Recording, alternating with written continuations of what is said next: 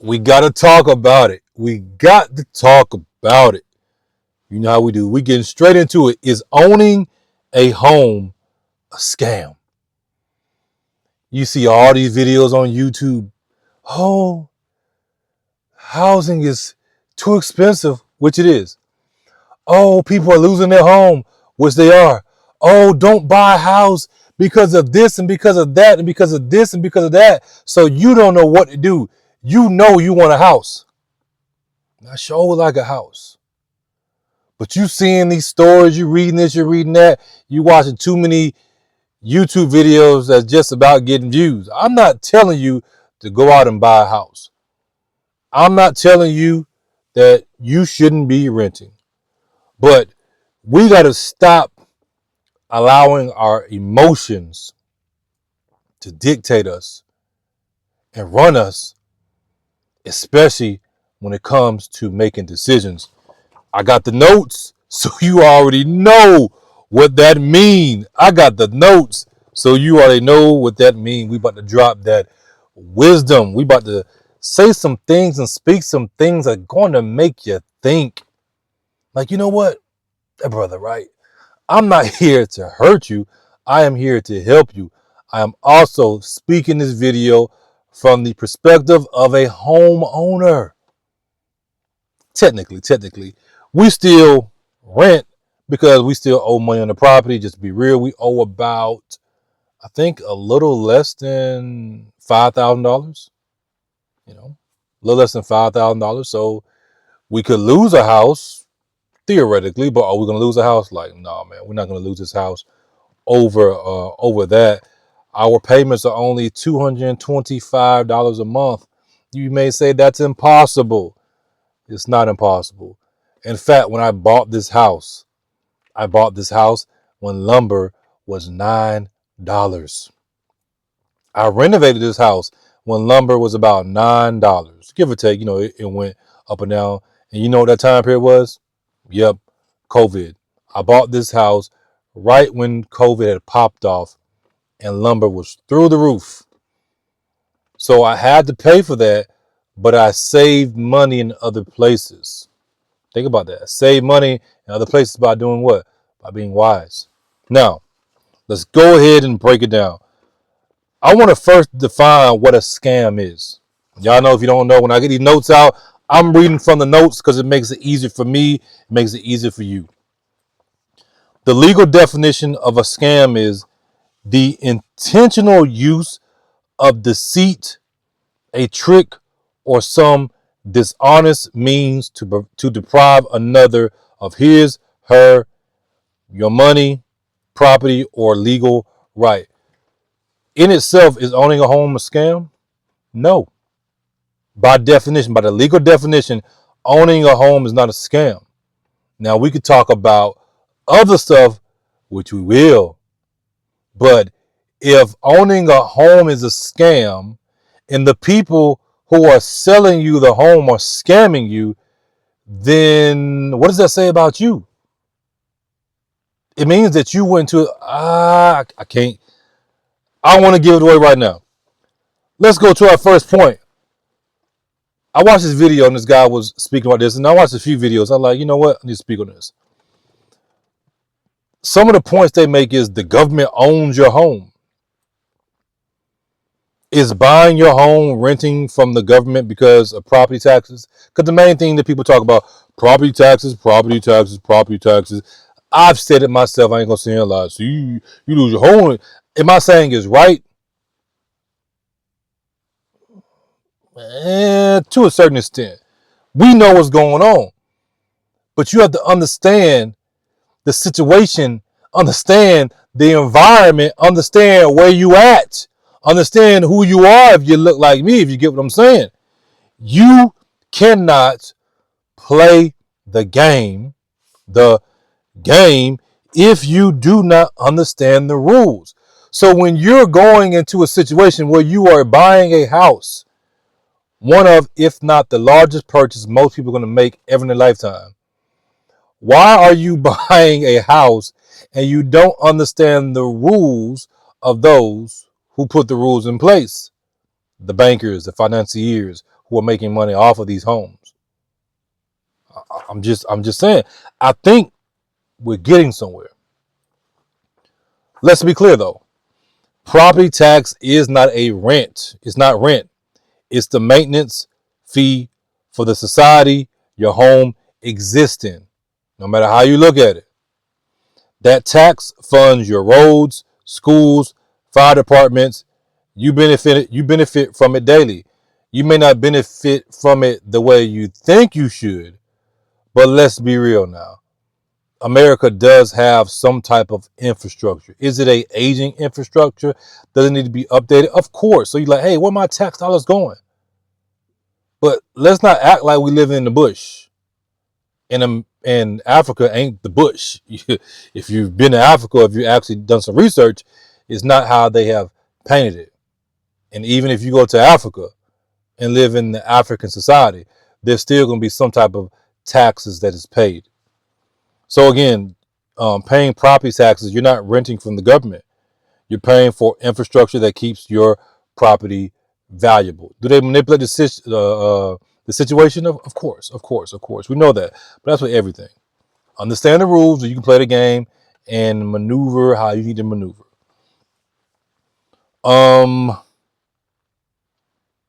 Here's a counter fact to the point that people try to make about the government owns your home because you always have to pay property taxes. Most homeowners pay between 1 and 1.5% annually in property taxes. In most states, that's less than 1 month's rent for similar housing. That's less than 1 month's rent for similar housing. It depends on the value of your property in regards to what you're going to pay for property tax. Of course, we know different states have different rates of property tax. So yes, it varies widely. Some states are under 0.5%, others are over 2%. For instance, New Jersey is at 2.23%, and Illinois is at 2.0% effective rate in regards to property taxes. So when I say around 1 to 1.5%, I'm giving the typical national ballpark across many markets, not every market. If your home is worth $200,000 and your property tax rate is 1.2%, your tax is about $2,400 per year. You lost a house that you paid $400,000, $500,000 on, because it would be double that, and that's the average price of a house, give or take. You pay all that money and you ain't gonna pay the property taxes when you could just, did it monthly and save the money. Okay, what's my property tax for the year? That's gonna come out my check every month. I'm just saying, you could double up and pay 2 months. 2 years. You could use your taxes to pay the property taxes. Now, if you rented that property instead of owning it, your rent might increase 3 to 5% per year while your mortgage stays fixed, because once your rate is locked in, it's locked in. People arguing about, oh, it's six this and it was lower this. Hey, that was then. We dealing with what's going on now. I'm gonna wait or I'm not gonna wait. Like, do you think that they gonna drop the prices? Because they ain't really dropped the prices of food. I'm just saying. So you really think they're gonna drop the prices of homes? Now I believe there will become more affordable options, but I don't see them dropping the prices of homes overall. They're making too much money. So when you have a mortgage, it stays fixed. It's locked in right then when you sign that contract. And that means your cost of living goes up faster if you don't own. Why? Because if you rented that same property instead of owning it, your rent might increase 3 to 5% per year. Property taxes are also what I call tributary taxes. Let's get a little bit deep now. We have to pay tribute to the leaders of this nation because we are not the leaders of our own nation. And we can go deep with that if you want to, but I don't think y'all ready for that conversation. We are not the leaders of our own nation. So we have to pay the masters over us on the plantation because we are tributaries and they're going to charge us because they can. If you had your own nation, if we had our own nation, doesn't matter if it was a nation of black folks or black and white folks, where we were the leaders, then the people that are there that are now on your plantation, they would be your tributaries paying taxes, meaning that they serve as an example of, hey, we are ruling over you and you get to pay taxes to us. I mean, if you want to go there, we can. No. Some of you know what I'm getting at. The next point is that they made was you're buying a 30-year debt sentence. This person says buying a home is a 30-year debt sentence disguised as success. For most people, that is true. There's a reason for that, though. There's a reason why that 30-year debt sentence is disguised as success. Has nothing to do with owning a home being a scam. Has everything to do with that person. So I don't necessarily agree with that. What I see it as, it's a 30-year wealth building strategy disguised as responsibility. It's a debt sentence when you don't have a strategy from the beginning. Listen up, listen up. Nobody who has a 30-year mortgage should be sticking to the 30-year payment schedule. That is what they want you to do. When you stick to their payment schedule, yes, it's 30 years and you're going to give them all that money. But you should have a strategy from the beginning when it comes to buying that house. The problem is most people don't. And I ain't going to give it away because you got to stay to the end to get the good wine. You should be strategizing how to pay that mortgage off in 15 years or less. If it's 20 years, I mean, that's still saving you 10 years. But you should not be in a home and you paying on that home for no 30 years. That means you messed up from the beginning. There's a saying that we have in the automotive world and also in the business world. You make your money on the buy. When I buy cars at the auction, I make my money when I buy that car. How much is this car gonna cost me? I have to factor in. Okay, is it gonna need any repairs? Do I know if it's good to go, or if there is a chance for there to need repairs? I have to factor that in. I'm looking to get it at the best price that I can get it at, where I can still make money off of it.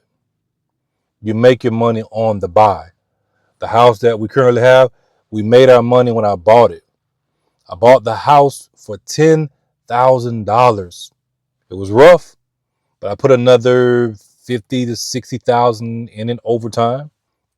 Probably a little bit more than that. Probably right now, just 70. We're gonna say 70,000. So I'm in it for 80,000, maybe 100,000 is worth more than that. Worth more than that. And then we got the land next to it that I paid 2,500 because we bought the land and the house together. It's possible, y'all. You don't have to go this route. There's many other options, but you also need to understand the game. You need to understand the system that you are currently living in. A 30-year fixed mortgage is one of the few financial tools that lets you lock in today's dollar while your income keeps rising. Because if you making more money, because you have the option to make more money, nobody's preventing you from making more money. Right now, the dollar is worth what it's worth. In 5 years, 10 years, it may, I mean, we know it ain't gonna be worth what it's worth. But the rate that you have locked in for your house right now is the rate that's locked in. So whatever the dollar's worth right then, that's what it's worth. Whatever it's worth in 5 years doesn't matter because your rate is your rate. When it comes to renting, that's not the case because they can go up at any point in time. And some of you know that. And that's the next point I'm making. Rent adjusts every year. Mortgages don't. And I'm gonna give you an example. And that's going back to what I was speaking about earlier. Rent increases 3 to 5% per year nationally. You can go look this up. Average 30-year fix stays constant, meaning your real cost goes down over time. Your real cost of that house goes down over time. Why? Because you locked in. That rate is locked in. The next point is they said the bank owns it. The bank owns it. Well, yes, technically, until you pay it off. The bank holds the lien. The bank also owns your car until you pay it off. You gonna stop buying a car? Let me ask you this: how many people? I'm getting ahead of myself. How many people actually have the money to go buy a house that's even $200,000? And most people are going to pass on the house that's $200,000. Like, I don't want that house. Is that a mortgage problem? Is that a home ownership, owning a home problem, or is that a person problem? We have a saying that sounds like a personal problem, right? How many people have the money to go buy a car cash? How many people, when they have the money to go buy a car cash, they're going to go buy that car cash? Let's be real about it. And even when you go buy that car cash, are there not still responsibilities attached to ownership? Do you not still have to maintain that vehicle? So again, yes, technically they do own it until you pay it off because the bank holds the lien, but the bank also owns your car until you pay it off. The difference is equity grows every month. It's like leasing to own the roof over your head. Every principal payment increases your stake. And that's what I like to call ownership in motion. You paying that rent, it's just money going, money going, money going, money going. Here's also a counterpoint that I want to give to the bank owns it. Even after the first decade, homeowners typically gain between 30 and 60K in equity through appreciation, not counting loan paydown. That's the average, right? You may say, well, the numbers is just numbers is that it's not really appreciation. Okay, you can argue that. Well, we're gonna get to that. So let's be real here. How many people, as I told you earlier, how many people have the money to just go out and buy a 400K house cash? If most people did, then we would be living in a different world. Again, I'm not saying you should go out and get a mortgage or you shouldn't. What is more important is to use wisdom. Nobody is forcing you to go out and buy these expensive homes that you cannot afford. Affordability, I don't define affordability how they define affordability. My definition of affordability is, can you sustain the cost over it? Can you sustain the cost of the house or the car over the time period of the loan? I had a drop top Camaro, clean. I always wanted one. When they came out with them again, it was a 2014. It was silver, drop top Camaro. Had the 22 IROCs on it. Had the black interior. Had put some suede in there in the headrest. I mean, that thing was clean. The payments were pretty good. I was paying like four something a month, so that was reasonable. This was years ago. It was years ago. That car ended up getting repossessed. My wife had a brand new car. It ended up getting repossessed. Why? I couldn't sustain the payments. I had to make a decision. I ended up, I gave it to my brother. I said, hey, this is a situation. Drive until they find it. They eventually found it. It got repossessed. The other car my wife had, she brought it to her mother because her mother needed a vehicle at the time. We told her the situation. She drove until it got repossessed. And then I went and bought cash cars. And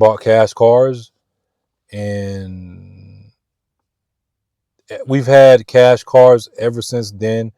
Right now, we have one car that's financed. That's the van I told y'all about. So I went from having 2 vehicles repossessed to owning 4 vehicles. The Benz, y'all know about. The Jag, It needs a little bit of work, but that car has been reliable. It's not the newest, of course, it's a 1996, but hey, people love that car. I love that car.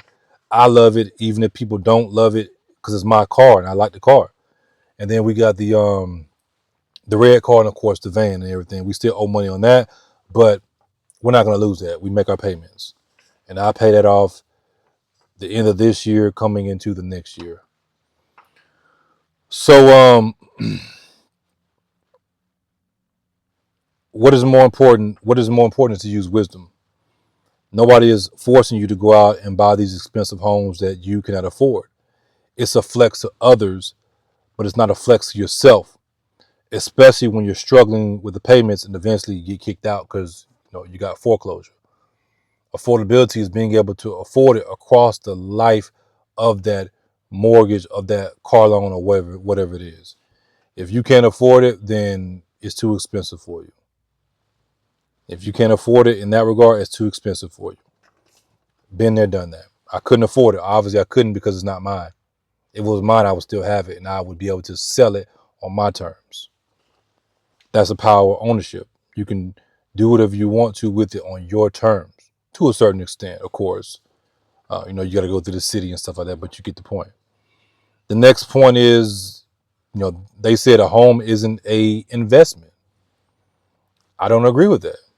They said a primary residence isn't an investment because it doesn't pay you. This is a person that has been brainwashed into thinking that everything revolves around money. Now, I believe the Bible, and the Bible says the love of money is the root of all evil. It doesn't say that money is the root of all evil. The Bible says that money. It doesn't say that. It says the love of money. So money isn't the problem. It's the people. And in regards to what they are saying, that's short-term thinking. A home pays you in equity, stability, and leverage. It's not supposed to cut you a check every month. It's supposed to hold value while you build your life around it. And this is the really, really, really important thing that I want to speak and say. Investments and equity is not exclusive to money. Investments and equity are not exclusive to money. That's the problem. Oh, it's not paying you. Well, it depends on how you see it paying you. My house is a investment. It doesn't pay me. I got to get some stuff fixed. But it's a investment that pays me because my children have somewhere to lay their head at. It's an investment in the sense of it's almost paid off. And even if it wasn't almost paid off, my children, my wife have somewhere they can lay their head at eventually will be owned.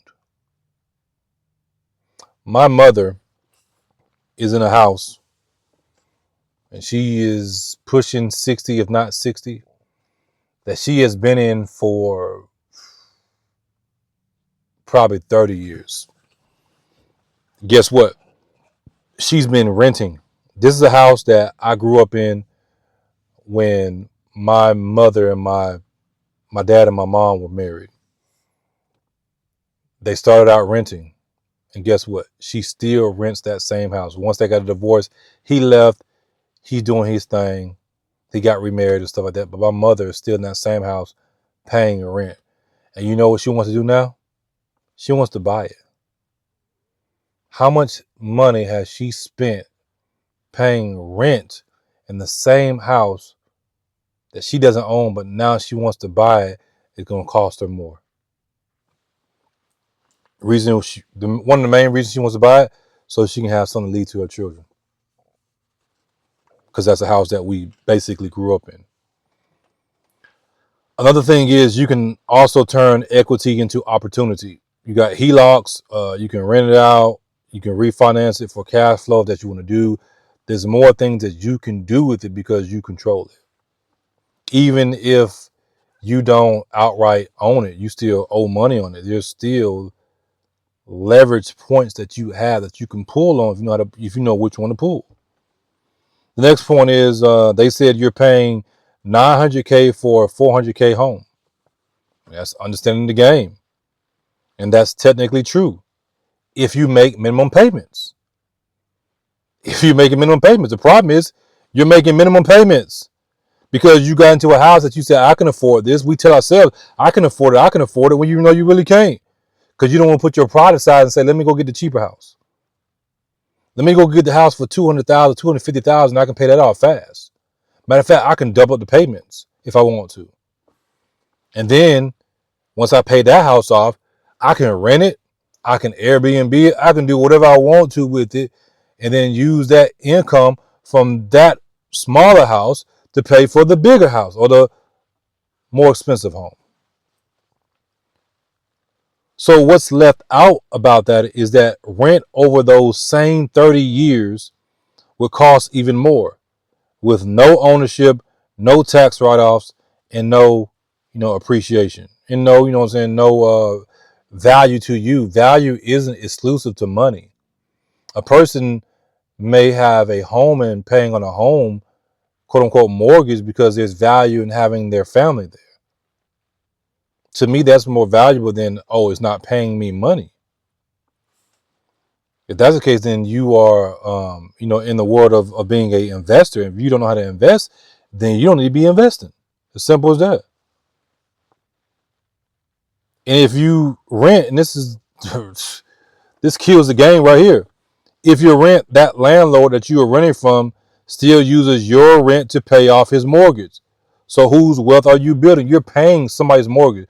You're paying your own mortgage or you're paying somebody else. If you rent, that person that you're renting from, most likely, they have a mortgage, hard money lender or whatever, and they take that rent because they're charging you more than what the mortgage is. If their mortgage is $1,500, they probably charge you $1,800, $1,900, so they can get a little cash flow, or maybe $2,000. They're gonna take that $2,000, pay the mortgage that they have, pay their team, their property management team if they have one, and pocket the rest. That's just the way the game goes. You pay rent, you're paying somebody else's mortgage. You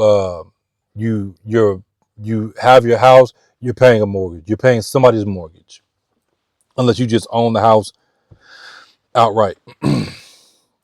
So I ask you this question again: whose wealth are you building? Now here's a real comparison of a 400K home versus renting for 30 years. As I told y'all, my mother has been in this house for, I'm gonna say, probably 30 years, probably longer than that, but we're gonna say 30 years. And she doesn't own it. She's been paying rent for going on 30 years. And now she wants to buy it when she's in her 60s. So let's do the math. Let's say she's 60. She buys his house. 60, 70, 80, 90. She'd be 90 years old when the house is paid off. You think she's still gonna be working at 90? Exactly. Here's the scenario. You got a home price of 400K. You got 20% down, which is 80K. You got a 30-year fix at 6.5%. You got your taxes, your insurance, your maintenance. That's about 2.5% per year. But your rent starts at $2K a month, and it rises. We're gonna go to 3%. We're gonna keep it on the low end, 3% annually. In contrast, you have a home. Your home appreciates about 3% annually, give or take, right? So your total mortgage payments over 30 years is $728,000. You add your taxes, your insurance, your maintenance. That is a little bit over $1 million. Keep the math simple. The home value after 30 years is $970,000. So even after cost, you own a $970K asset that's mostly paid off.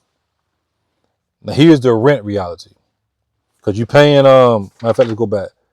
Since basically you're renting because you don't own it, you're gonna say your payment is $2K a month on that house.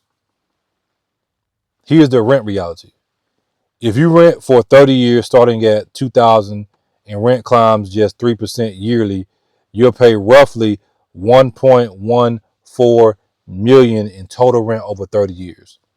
At the end of those 30 years, you own nothing, you have no equity, no assets, and no leverage.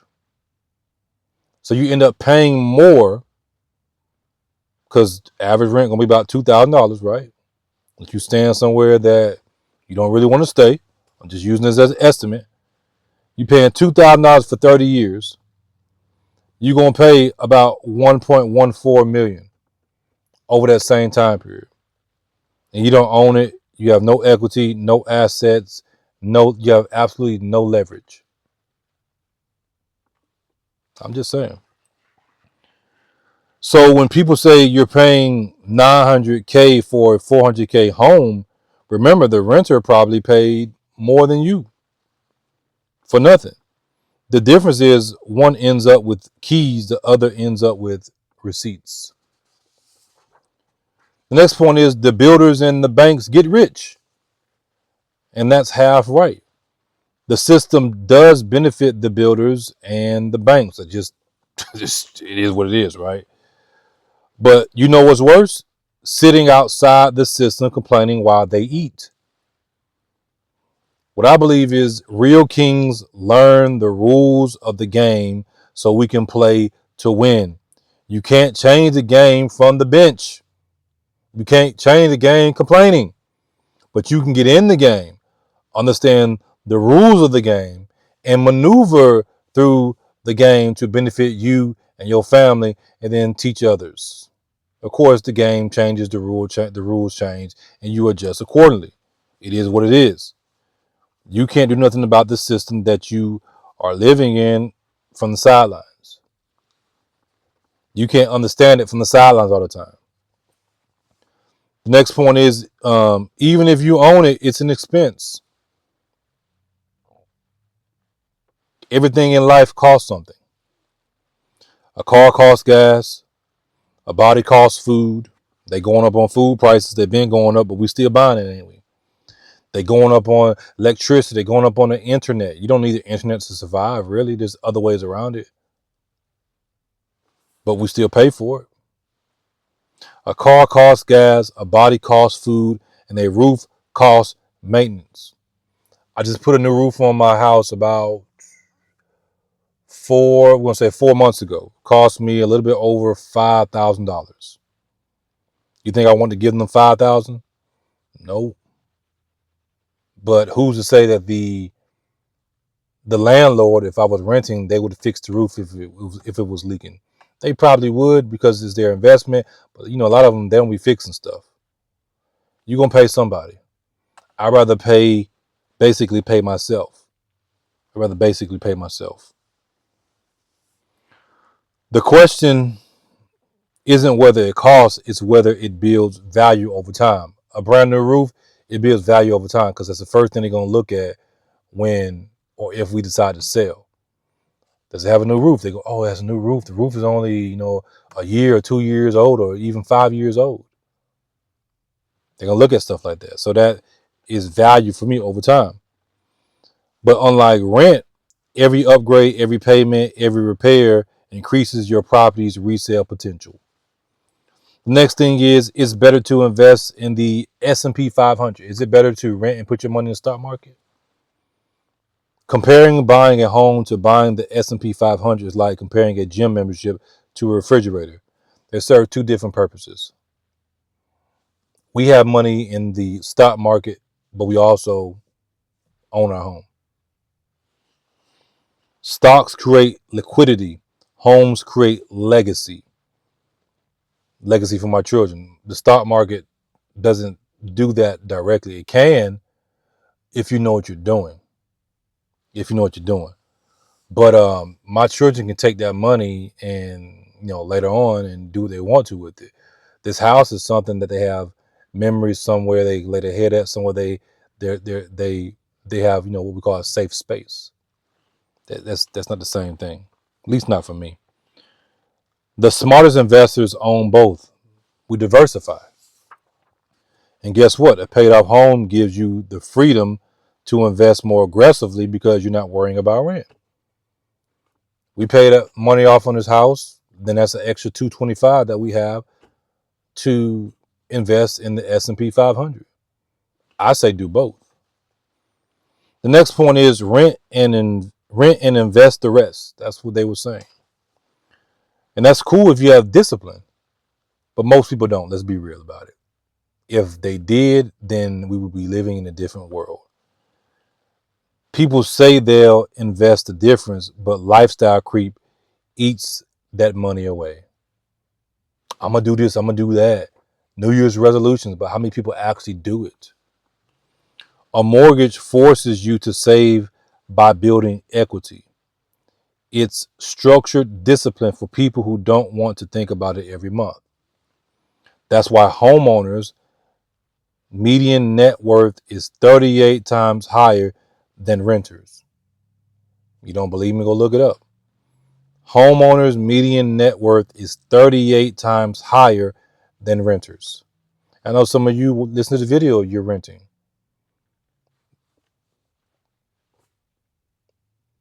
Are you renting because you feel like that's the best thing to do? Why are you renting? Why do you own a home? Why are you paying a mortgage? It all depends on your lifestyle. Now, here is what I call the king's perspective, the royal perspective. Owning your home is more than a financial move. It's a spiritual one. Why? Because it's about roots. It's about legacy. It's about freedom from the landlord trap. Like I'm ingrained in my community. My neighbors know me. I speak to my neighbors on a regular basis. Like we have an actual community here. We look out for each other. Hey man, I see somebody down there. You know who that is? No, they coming down your way. Okay, I'm finna step outside and get an eye on them so they know. My neighbor, he started a lawn service a few years back. About I'm gonna say 2 years. But prior to that, it was just an idea. He was talking about it. Now he cuts my grass because I support him in that regard. I can cut my own grass, but every single month, hey man, when you come get me? When you come get me? Cut my grass. That right there is more valuable in the sense of how much money am I going to make off of this. Everything ain't about money. Y'all give me a second. Let me let this window down and get some more light in here. It's kind of dark, getting dark. And these are things that people don't think about. We always money. There's more to life than money. There is so much more to life than money, y'all. And when you realize that, your life will be better. Why? Because you will stop chasing money. You will realize that wealth comes from within. True wealth is within and it comes out because you have the ability to go out and be as rich as you want to be if that's what you want. I don't chase money anymore. I allow what's within me, the wealth, the riches that's within me to come out. And it comes out in many ways, many forms, and many fashions. The most valuable thing to me is my faith, because my faith dictates, and what I believe dictates how I treat other people. My morals dictates how I treat other people, dictates how I'm going to make my money. And how I make my money is more valuable than the money itself. Why? Because I did stuff back in the day that was bullshit. I made money the wrong ways, and I can't tell you where that money is. Gone, it flew away. So the money and how I made it had no value. Why? Because I didn't value myself to go do the stupid stuff that I was doing. But when you value yourself, you understand that you don't have to do these things. Do they say all money ain't good money? It's true. It's true. It's true. It's so true. So where we at? Okay. Black wealth in particular is tied directly to property ownership. We sitting there crying about they won't let us buy the home, this, and that. But then people are telling you to go rent. If renting is for you, then go rent. If ownership is for you, go own. But I'm going to say it again. If you're going into a mortgage for 30 years and that's your plan to pay it off in 30 years, you already failed. Your plan from the beginning is how you win. Come up with a plan. I'm going to pay this off in 20 years. And then as you're going through that time period, things happen. You make adjustments. Well, okay, it's not 20 years. It's 22 years. It's not 20 years. It end up being 15 years or it end up being 10 years. But if you have the wrong mindset, I'm going to do it 30 years. Then when you get the money, extra money, you're not going to put it toward paying this house off faster. Because at the end of the day, you be like, well, I'm going to sell it. And now you got a lot of your money back. Or I want to keep it. When you own the land, you control the narrative. The property taxes, like, come on, bro. The property taxes ain't like crazy, like for real. Y'all acting like is the property taxes equal to the mortgage. Come on, man.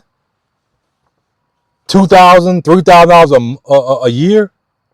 You can break that down over 12 months.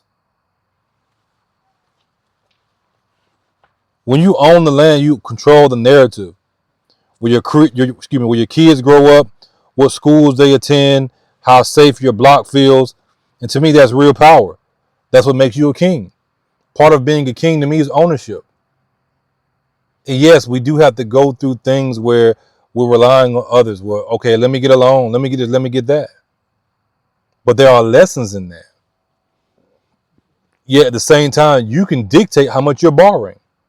Nobody is forcing you to go out here and buy a $400,000, $500,000 house.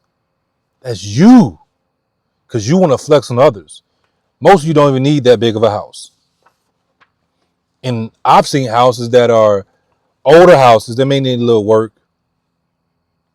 They 200, 250,000, 2,000 plus square feet. Where them houses at? Maybe you need to move. Stop being afraid. I'm just saying, man. So the reality is mortgages ain't the problem. If you ain't got it yet, people are the problem. People are the problem. Mortgages aren't evil. To me, ignorance is. A mortgage is not the enemy, it's a tool. What's dangerous is when you use that tool without knowing how it works. Now, let me ask you, would you grab a chainsaw and just start swinging the chainsaw? No, you wouldn't. But the reality is people do that with 30-year loans every day. They grab it and then they swinging it. Don't know how it works, how to use it. And then, oh my God, this is a scam. It's a scam. No, you scam yourself because you didn't educate yourself. A wise buyer studies interest, principal, escrow, terms, everything. They basically know more than the real estate agent or just as much. You know how many times I have conversations with people and like, dang, you done some studying. Matter of fact, my wife and I, we just want to look at some manufacturer / modular homes because we probably looking at we got land, but we looking at getting like maybe a half an acre or acre and putting a manufactured home because you can get more value with the manufactured home. Oh, manufactured home, like maybe you scared of a manufactured home, but I ain't.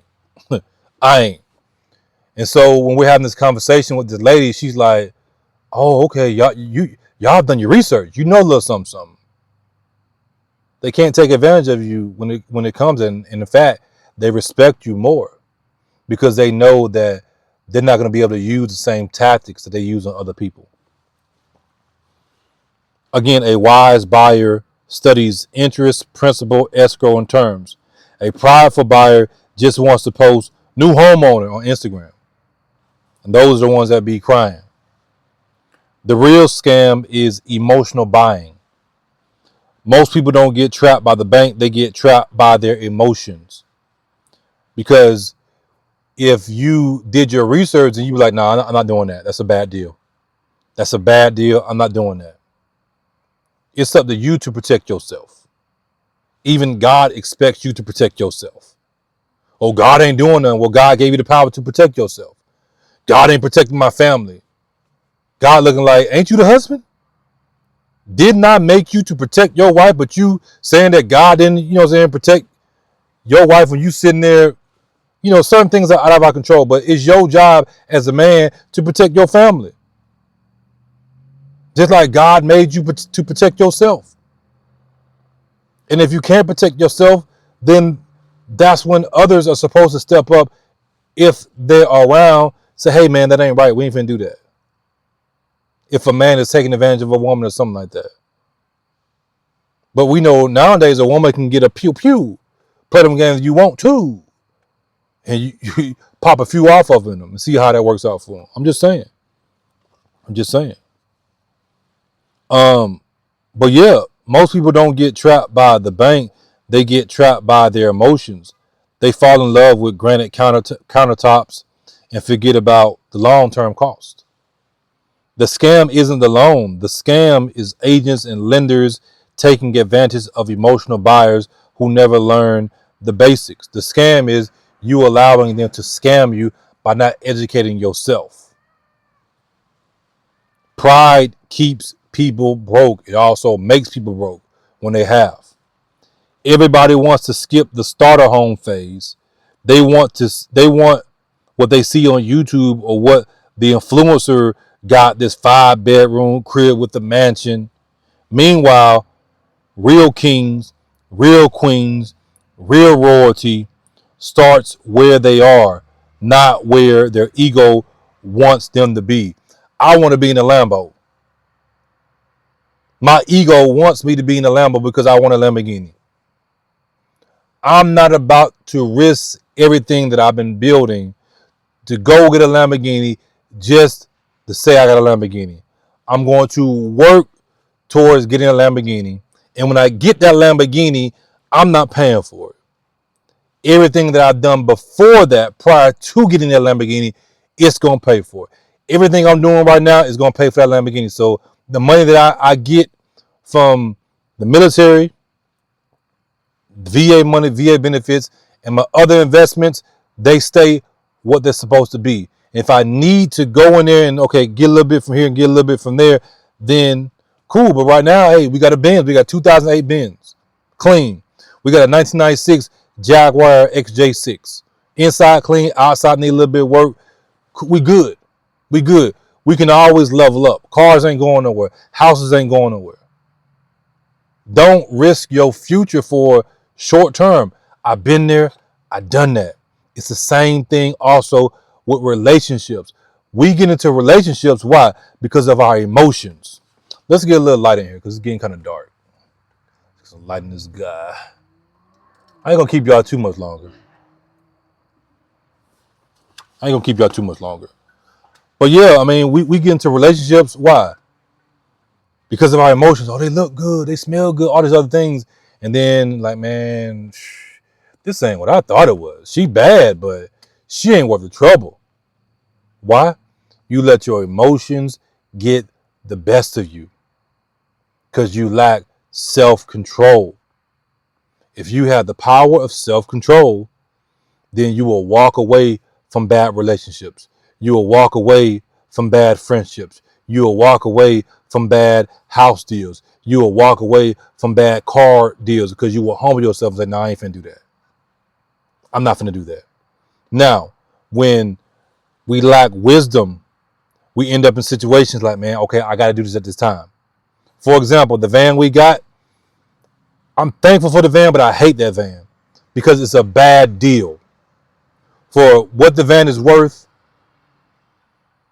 and what we pay monthly, it's a bad deal. But I knew that from the beginning.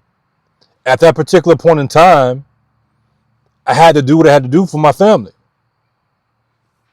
That's an understanding that I had from the beginning. Pay it. Okay, now I'm at the point. Let's go ahead and get this thing over and done with. Cause we pay $450 for that. Do you know what I can get for $450? Like I can get me a nice car for $450. Sometimes it's like that. Yet, even when it's like that, you still want to have an understanding of what you're getting into.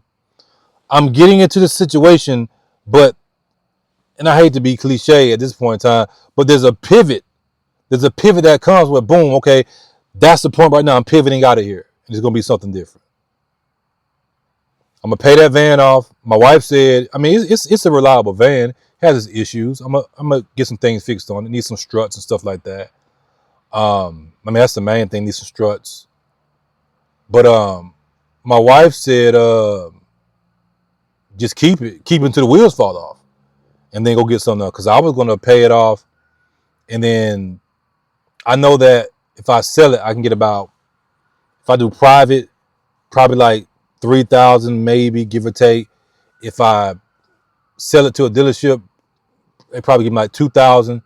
So what I was gonna do was pay it off, and then use that, pay it off, sell it, use that money to pay the payments on the next van that I want to get my wife. She said, no, don't do that right now. Just go ahead and pay it off and fix little things on it, and then I'll ride till the wheels fall off. So as far as right now, that's what we're going to do. In fact, my wife said, keep the van and then go get you something else. Why? Because me going to get something else for myself and also my family is content. See, we're on the same team. I ain't gonna make no content off the van. I mean, y'all may watch it, but it is the same if I'm making this type of content. It ain't the same if I'm doing content on the Benz or or I'm looking at a one of the newer Yukon, them GMC Yukon, them things nice, but I ain't paying what they want for it. That's content that ends up paying my family in the long run. So, and this is a house that my wife and I stay in. Man, say, what does that have to do with anything? Value. There's value there because I'm married with my wife. We're in the same team where she says, don't go get me a new van right now. If you want to go get something with a payment, go get yourself something. Because she benefit from it anyway. When we go out of town, I'm always driving. She ain't driving. But again, pride keeps people broke. There's power in saying this is my first home, not my forever home. And that's how wealth starts. This is our first home. This ain't our forever home. I don't have a forever home here on this earth. I can't take none of this stuff with me. Next, you want to work on it over time. You can start small and build up. Get a house you can grow into. Fix it, upgrade it, add value. That's what we did. Every nail you hammer, every wall you paint, that's equity you're creating. But too many folks want to look rich instead of actually being rich. I don't want to just, oh, he looked like he rich. He looked like he got money. If I drive what I drive because I choose to. But I want to actually have riches, have wealth, and that surpasses what we call money or gold or silver or whatever. It's the power that comes along with it and being able to do stuff, being able to make impacts in people's lives. Bad agents and greedy lenders are the true scammers. If there's a scam in this system, it's the folks who exploit the uneducated buyer. Educate yourself. If you're going in like a dummy, then that's you going in there like a dummy. We've all been the dummy. Stop being the dummy. The loan officer who says, don't worry about the rate. The agent who pressures you into something above your budget just to get a bigger commission. Those are the scammers. That's not home ownership's fault. That's predatory business hiding behind your dreams to build their dream. Renting isn't evil either. But know what you are doing. If you're renting, be clear. You're still paying a mortgage. It ain't your mortgage, it's somebody else's, but you're still paying a mortgage. And that's okay if that's where you are in life. Eventually, I'm going to need a bigger house. I got 4 children that are growing and they are young. 8, 5, 2, and 6 months old. We're going to need a bigger house. We're going to need more space, and we may have more children. Now, we are debating on if we want to get another house or if we want to eventually add on to this house. but we understand where we are at in life right now. Understand what you're doing. When you're renting, you're paying for another person's equity. You need to buy or rent based on your season. Buying versus renting isn't about ego. It's about the stage of your life and where you are at. If you're single, no kids, always moving, maybe renting makes sense. If you're starting a family or building a base, ownership is the play. Ownership is the play. But stop letting social media tell you what success should look like. It's as simple as that. You're letting social media dictate what you should do, and then the people that are promoting the stuff, they really just doing it so they can make money off of you and not really providing any true value. Go check out our other video where we talk about that. You are their entertainment. A king or a queen moves with strategy, not emotion. Real kings buy when it makes sense, not to flex, not for clout, but for growth.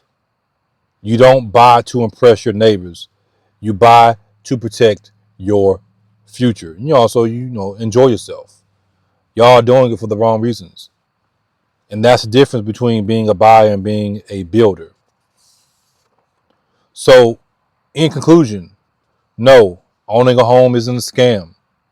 Bad decisions are scams.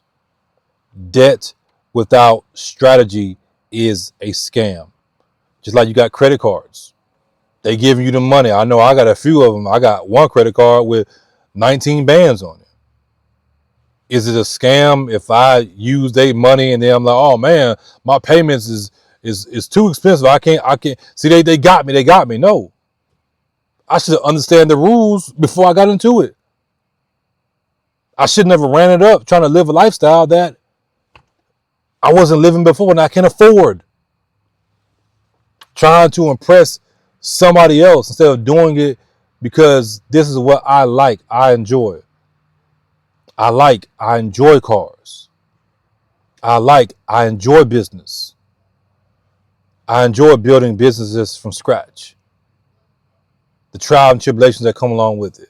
I take this over working a 9 to 5 for the rest of my life. I've always been like that. So again, bad decisions are scams. Debt without strategy is a scam. But ownership is power. I want you to keep building, keep learning, and stay royal. Don't buy into these clowns. Don't buy into what they're trying to feed you. Make a sound decision. If renting is the best thing for you to do, then you go rent. If buying a home is the best thing for you, then you go buy that home. But don't stay in it for no 30 years with no mortgage. Have a plan, have a strategy to pay it off faster than that. But that's what I got for y'all. I pray this has provided some value in your life and not just entertainment. We out until next time. Y'all have a blessed one.